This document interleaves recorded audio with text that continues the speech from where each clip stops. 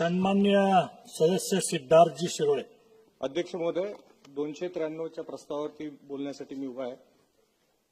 आदरणीय मुख्यमंत्री देवेंद्र फडणवीस साहेब यांच्या नेतृत्वाखाली 5 डिसेंबर 2024 रोजी शासनाने राज्याच्या सर्वांगीण विकासाच्या कामाला सुरुवात केली. अध्यक्ष महोदय, आज आपण जेव्हा 6 महिन्या मागे वळून पाहतो तेव्हा प्रामुख्याने आपल्याला जाणवेल की आपले जे गव्हर्नन्सचे फंडामेंटल्स आहेत त्याच्या अवतीभोवती खऱ्या अर्थाने एक आमूलाग्र काम सुरू झालं. मी असं का म्हणतो, कारण आपल्याला महाराष्ट्राला चालवणारा किंवा महाराष्ट्राला ऍडमिनिस्टर करणारे जे हजारो ब्युरोक्रेट्स आहेत त्यांना इन्स्पायर करून त्यांना एक दिशा देऊन मला असं वाटतं की आदरणीय मुख्यमंत्री देवेंद्र फडणवीस साहेबांनी एक वेगळं असं कार्य हे गेल्या 6 महिन्यात सुरू केलंय. त्याचं मी मनापासून अभिनंदन करतो की त्यांनी जो 100 दिवसाचा कार्यक्रम दिला त्याच्यामध्ये सर्व राज्याच्या 48 स्टेट डिपार्टमेंट्सला त्यांनी पीपल सेंट्रिक आणि टेक्नॉलॉजी ड्रिव्हन डेव्हलपमेंट गोल्स ह्याच्यावरती काम करायला सांगितलं.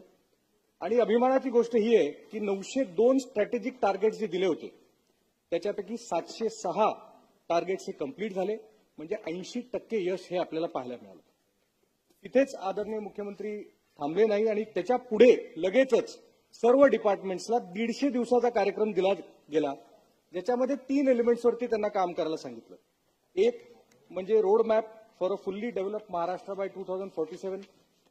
दुसरं म्हणजे 100% e governance when it comes to delivery of services. आणि तिसरं सर्व्हिस रिलेटेड ऍडमिनिस्ट्रेटिव्ह रिफॉर्म्स.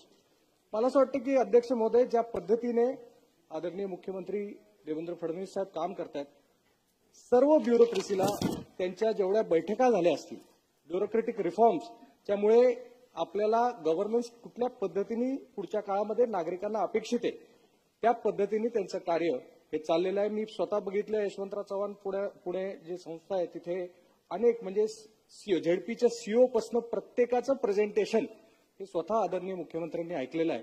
आणि मला असं वाटतं की समजा ऍडमिनिस्ट्रेशन हे ज्या समजा ह्या स्पीडनी, या स्केलनी, या डिरेक्शननी, या विजननी समजा पुढे काम करायला लागली तर आपला महाराष्ट्र हा आता काही थांबणार नाही.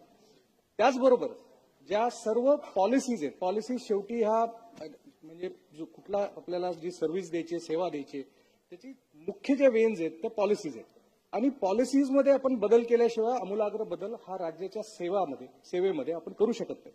आणि त्यामुळे आपण पाहतोय की गेल्या 6 महिन्यामध्ये ज्या पॉलिसीजवरती काम सुरू झाले त्याच्यामध्ये स्टेट हाऊसिंग पॉलिसी आहे, महाअॅग्री एआय पॉलिसी आहे, policy for promoting use of artificial sand आहे, ship building, ship repair, ship recycling policy आहे, सीसीटीव्ही पॉलिसी आहे, सँड मायनिंग पॉलिसी आहे, स्टेट हेल्थ पॉलिसी आहे, इलेक्ट्रिक व्हेकल पॉलिसी आहे, ऍग्रिगेटर कॅब्स पॉलिसी आहे, Maharashtra infrastructure investment trust असेल, 1 state 1 registration scheme असेल.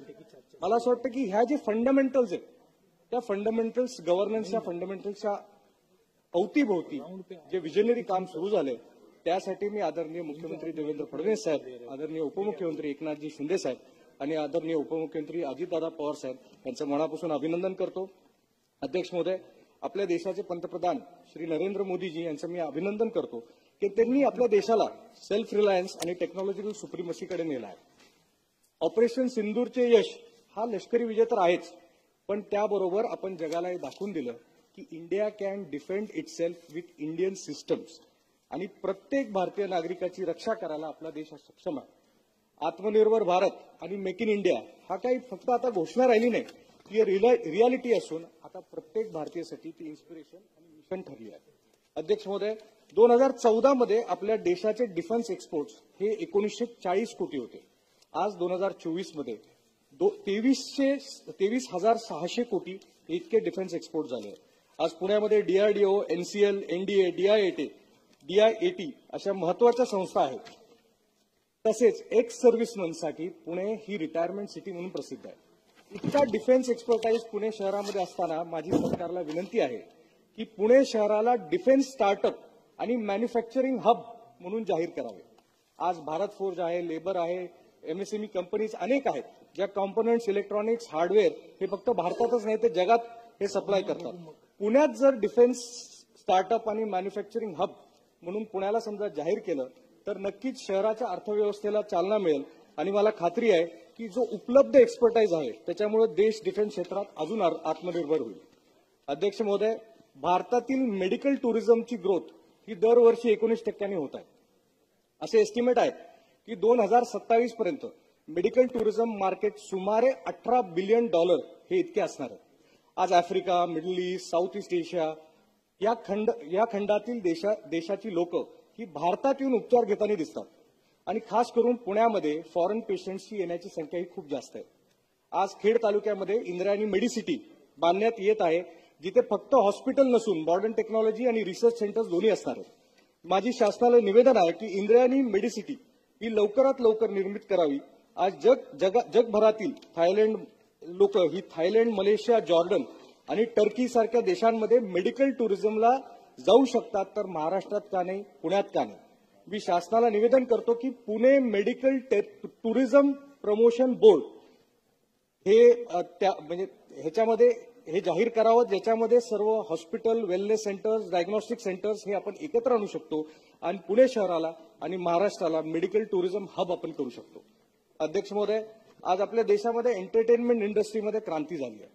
आपण पाहिलं आत्ताच नुकताच कोल्डप्ले सारखा शो आज मुंबईमध्ये आणि अहमदाबादमध्ये झाला, ज्याच्यामध्ये करोडो रुपयाचं रेव्हेन्यू हे जनरेट झालं. अहमदाबादला जो शो झाला सुमारे 641 कोटीचा रेव्हेन्यू जनरेट झाला आणि 72 कोटी टॅक्सेस हे कलेक्ट झाले आणि 392 कोटी हे लोकल स्पेंडिंग झाले. आज पुण्यासारख्या शहरामध्ये जास्तीत जास्त विद्यार्थ्यांची संख्या आहे. आयटी मधील टेक सेव्ही लोक आज पुण्यामध्ये स्थायिक जास्तीत जास्त प्रमाणात होत आहेत. मुंबई, नाशिक सारखे शहरही जवळ आहेत. अशा इंटरनॅशनल शोज साठी पुणे हे परफेक्ट हब बनू शकते. अहमदाबादचा शो हा नरेंद्र मोदी स्टेडियम वरती झाला होता आणि पुण्यामध्ये एमसीएचं स्टेडियम आहे. त्या स्टेडियमवर समजा अपग्रेड्स केले तर एक मल्टीपर्पज कन्सर्ट अरिना हा तयार होईल. माझी विनंती आहे सरकारला की याच्यावरती नक्कीच त्यांनी विचार करावा. आज पुणे, मुंबई, नाशिक, नागपूर व इतर वाढणाऱ्या शहरांमध्ये एक कॉमन प्रॉब्लेम आहे अध्यक्ष महोदय, की फ्लायओव्हरच्या खालची जी जागा आहे ती अतिशय दुरवस्थेत आहे. तिथे कचरा टाकला जातो, अनधिकृत गाड्यांचे पार्किंग केले जातात आणि अतिक्रमण सुद्धा होतं. पण नवी मुंबई आणि इंदोर अशा शहरांमध्ये आपण पाहिलं अध्यक्ष महोदय की फ्लायओव्हरच्या खाली बरीचशी चांगली डेव्हलपमेंट झाली आहे, जिथे open gym, badminton court, skating track, तिकडच्या ज्या काही सोयी सुविधा गव्हर्नमेंट महापालिकेच्या नाही आहेत त्या तिथे आपल्याला डेव्हलप करता येतील. त्यामुळे मी शासनाला विनंती करतो की अंडर फ्लायओव्हर रिडेव्हलपमेंट मिशन हे तातडीने चालू करावे. त्या अंतर्गत एक राज्यस्तरीय समिती त्यांनी स्थापन करावी. शहरांमध्ये असे फ्लायओव्हर्स आयडेंटिफाय करावे, पीपीपी मॉडेल किंवा सीएसआर मार्फत त्यांना अर्थसहाय्य करावे आणि पायलट प्रोजेक्ट्स हे मुंबई, पुणे, नागपूर सारख्या शहरांमध्ये टाइम बाउंड पद्धतीने त्याचं इम्प्लिमेंटेशन करावं अशी माझी विनंती आहे. महाराष्ट्र हे अध्यक्ष महोदय देशातील सर्वात अर्बनाइज असलेले राज्य आहे आणि ह्याच्यातली जी सार्वजनिक वाहतूक ही जी सक्षम आणि एन्व्हायरमेंट फ्रेंडली असली पाहिजे ही आज काळाची गरज आहे. 2014 पर्यंत मेट्रो फक्त चर्चा होताना आपण ऐकायचो, पण त्यानंतर पुणे, नागपूर, मुंबई यामध्ये सुमारे 143 किलोमीटरचे मेट्रो मार्ग हे ऑपरेशनल झालेले आहेत.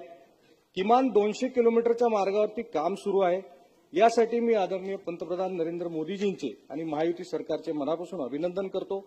अध्यक्ष महोदय, आपण आत्ताच पाहिलं की पुणे शहरामध्ये दरवर्षी संत ज्ञानेश्वर महाराजांची आणि संत तुकाराम महाराजांची पालखीचं आगमन होतं आणि या काळामध्ये रस्त्यावरील वाहतुकीवरती मर्यादा असते. पण यावर्षी हा ताण अजिबात जाणवला नाही, कारण पालखीच्या 2 दिवसामध्ये पुण्यातील 2.5 लाख लोकांनी मेट्रोचा वापर केला.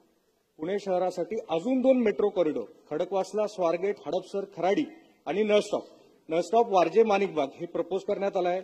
सुमारे 9,897 कोटी रुपयाचे प्रपोजल हे केंद्र सरकारकडे अप्रुव्हल करता पाठवलेले आहेत. त्याचबरोबर पुणे मेट्रो लाईन 2 साठी 25 एप्रिल 2025 ला केंद्र सरकारने 3626 कोटी रुपयाची मंजुरी दिली आहे आणि पुण्यामधील रामवाडी ते खराडी आणि वनाज ते चांदणी चौक या मार्गांना केंद्र सरकारने सरकारची मंजुरी आल्याने मेट्रोचा विस्तार हा अधिक झपाट्याने होणार आहे. अध्यक्ष महोदय, आज जिथे जिथे मेट्रोचे प्रकल्प झालेत त्या प्रत्येक शहरामध्ये आपण पाहतो की मेट्रोचे जे प्रवासी आहेत त्यांची संख्या ही वाढतच चालली आहे आणि त्यामुळे सुरक्षित, कम्फर्टेबल आणि पर्यावरण पूरक प्रवास हा महाराष्ट्रातील लोक खऱ्या अर्थाने आता अनुभवत आहेत. अध्यक्ष महोदय, मुंबई इंटरनॅशनल एअरपोर्टवरनं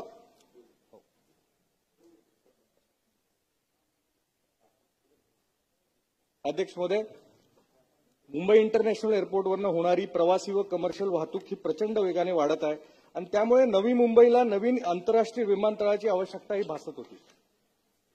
याची फक्त घोषणाच नाही तर आता नवी मुंबईचं विमानतळ हे उड्डाणासाठी सज्ज आहे.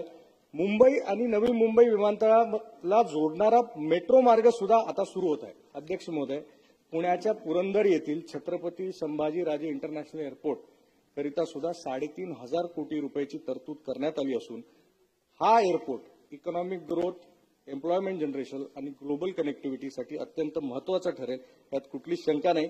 महाराष्ट्राच्या हिताचा केंद्र सरकार अत्यंत बारकाईने विचार करत आहे, यातून सिद्ध होतं. अध्यक्ष महोदय, बिलकुल 5 मिनिटात मी विषय संपवतो. अध्यक्ष महोदय, आपला जो वाधवान पोर्ट आहे अध्यक्ष महोदय, आपल्या सगळ्यांसाठी अभिमानाचा एक म्हणजे सुवर्ण काळ आहे की आपण वाधवान पोर्टमध्ये म्हणजे जो काही आता बनतोय होण्यासाठी आदरणीय देवेंद्र फडणवीस साहेबांनी पहिल्यांदा मुख्यमंत्री झाल्यावरती 2015 मध्ये हा करार झाला.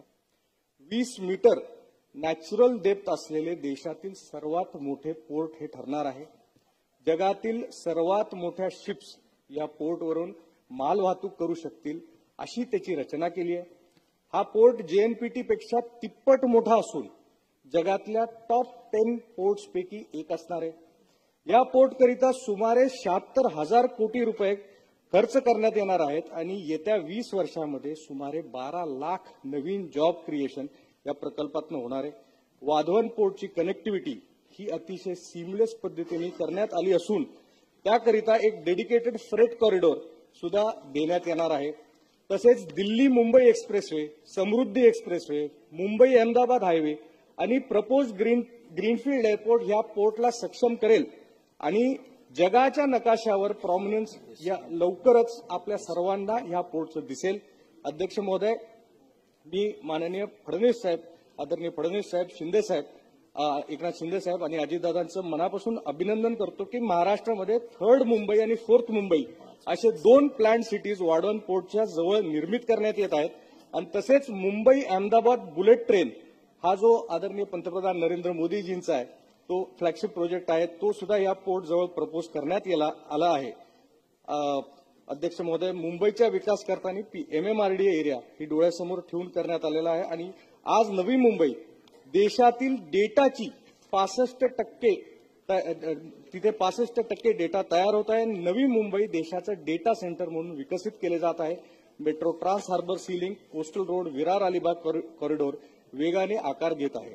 मला असं वाटतं अध्यक्ष महोदय की मी आता खूप बरीचशी कामं जी काही 6 महिन्यात ज्याला गती मिळाली आहे, ज्या पद्धतीने फंडामेंटल्सच्या आसपास, गव्हर्नन्सच्या फंडामेंटल्सच्या आसपास काम चालू आहे हे मी पाहतोय. ज्या पद्धतीने आपलं नेतृत्व हे फोकस्ड पद्धतीने विजनरी काम करतंय. मला सर्वांना, आपल्या सर्व सदस्यांना विनंती करायची की महाराष्ट्राच्या प्रगतीसाठी येणारे जे 5 वर्ष आहेत, मला असं वाटतं की हे भूत न भविष्य असे 5 वर्ष आहेत आणि आपण सर्व सदस्यांनी ज्या ज्या पद्धतीने आपण पॉलिसी चेंजेस सजेस्ट करू शकतो, आपण जिथे जिथे आपली इच्छा आहे की जे काही प्रश्न आपल्याला सोडवायचे ह्याच्यापेक्षा सुवर्ण संधी मला नाही असं वाटत कधीही ह्याच्यापूर्वी आली असेल. तर मला नक्की सगळ्यांना आव्हान करायचे की आपण सगळेजण मिळून ह्या पुढच्या 5 वर्षात एक राष्ट्र निर्माणाचं कार्य करूया आणि या ज्या सूचना असतील त्या सूचना नक्की महायुतीची सरकार पूर्ण करेल आणि महाराष्ट्राला प्रगतीच्या पथावरती निरंतर जी पाथ आहे त्याच्यावरती नक्की अजून पुढे नेईल असा विश्वास व्यक्त करतो आणि थांबतो. जय हिंद.